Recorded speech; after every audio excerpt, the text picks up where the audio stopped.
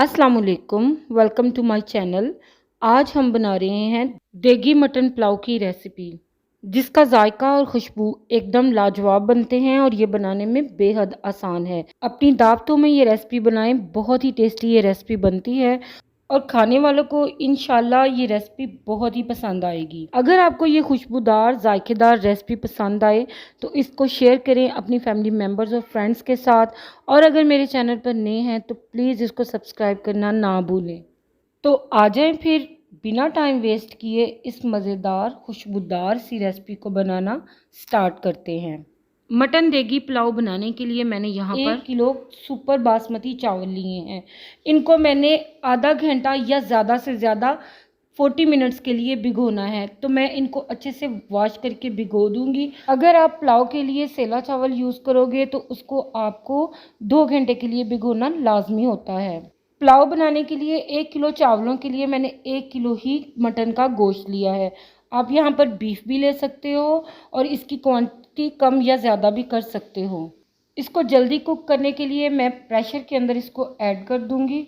अब इसमें ऐड करेंगे साबुत गरम मसाले। आप चाहें तो इनको ऐसे ही डाल दें, नहीं तो आप मलमल के कपड़े में इनकी पोटली बनाकर भी इनको ऐड कर सकते हो। तो यहाँ पर मैं ऐड कर रही हूँ 1 टीस्पून ज़ीरा, 1 टीस्पून सौंफ, 3 से 4 सब्ज़ इलायची, 4 से 5 लौंग, 2 कड़ी पत्ते और 1 बड़ी काली इलायची इसमें जाएगी। 1 मीडियम साइज़ का प्याज और 5 से 6 जवे लहसुन के इसमें शामिल कर देंगे। 1 टीस्पून इसमें नमक का ऐड कर देंगे और हाफ़ टी स्पून इसमें हल्दी पाउडर का ऐड कर देंगे। यखनी के लिए मैं इसमें चावलों का डबल पानी ऐड करूंगी, तो लिहाजा मैं इसमें 4 ग्लास पानी के ऐड करूंगी। क्योंकि चावल हमारे 1 किलो यानी कि 2 ग्लास के बराबर हैं, तो लिहाजा मैं यहाँ पर 4 ग्लास पानी ऐड करूंगी और इसे मैं 15 मिनट का प्रेशर दे दूंगी।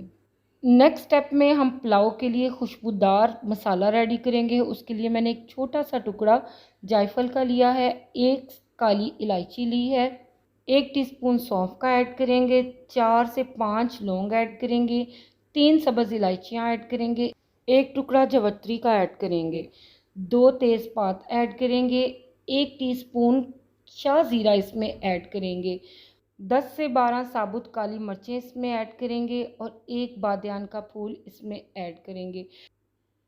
1 टेबलस्पून इसमें खुशक धनिया ऐड करेंगे और 1 टीस्पून के बराबर हम इसमें सफ़ेद ज़ीरा ऐड करेंगे। इनको मिक्सी के जार में डालकर इनका एक फ़ाइन पाउडर बना लेंगे। तो ये देखें माशाल्लाह से खुशबूदार मसाला रेडी है। जब भी पुलाव बनाएं तो ऐसे ही मसाला ऐड करें, इंशाल्लाह आपका पुलाव बहुत ही खुशबूदार और जायकेदार बनेगा। अब हम इसमें ऐड करेंगे 5 सब्ज़ मिर्चें, थोड़े से अदरक के टुकड़े और 5 से 6 लहसुन के जवे। इनको भी हम मिक्सी के जार में डालकर इनका एक फाइन सा पेस्ट बना लेंगे। तो देखें यहाँ पर मैंने इन तीनों चीज़ों का पेस्ट बना लिया है। इनका इस्तेमाल हम आगे चलकर करेंगे।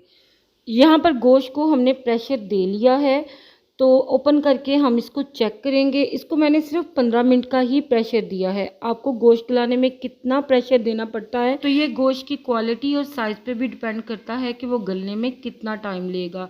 तो यहाँ पर देखें माशाल्लाह अल्हम्दुलिल्लाह 95% तक गोश्त टेंडर हो चुका है।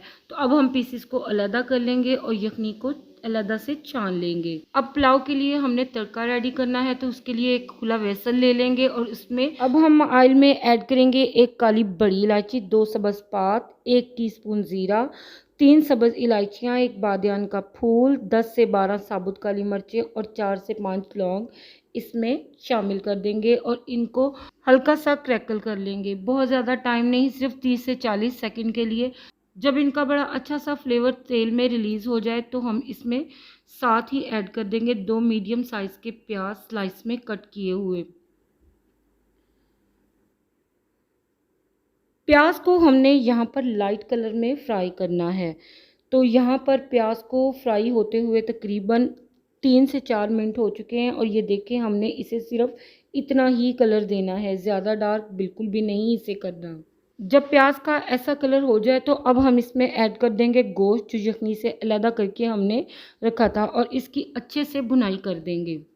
2 से 3 मिनट की भुनाई के बाद हम इसमें ऐड कर देंगे सब्ज़ मिर्चों, अदरक और लहसुन का पेस्ट जो हमने रेडी करके रखा था। अब हम इनकी थोड़ी सी भुनाई कर लेंगे ताकि इनका कच्चापन दूर हो जाए। भुनाई करते हुए खुशबू माशाल्लाह किचन में अभी से इतनी फैली है कि आप यकीन करो माशाल्लाह ये पुलाव इंतहाई लजीज बनता है। अब इसमें साथ ही ऐड कर देंगे 2 मीडियम साइज़ के टमाटर। इनको मैंने स्लाइस में कट करके ऐड किया है। आप चाहो तो इनको ब्लेंड करके भी ऐड कर सकते हो। टमाटरों को हल्का सा सॉफ्ट कर लेंगे।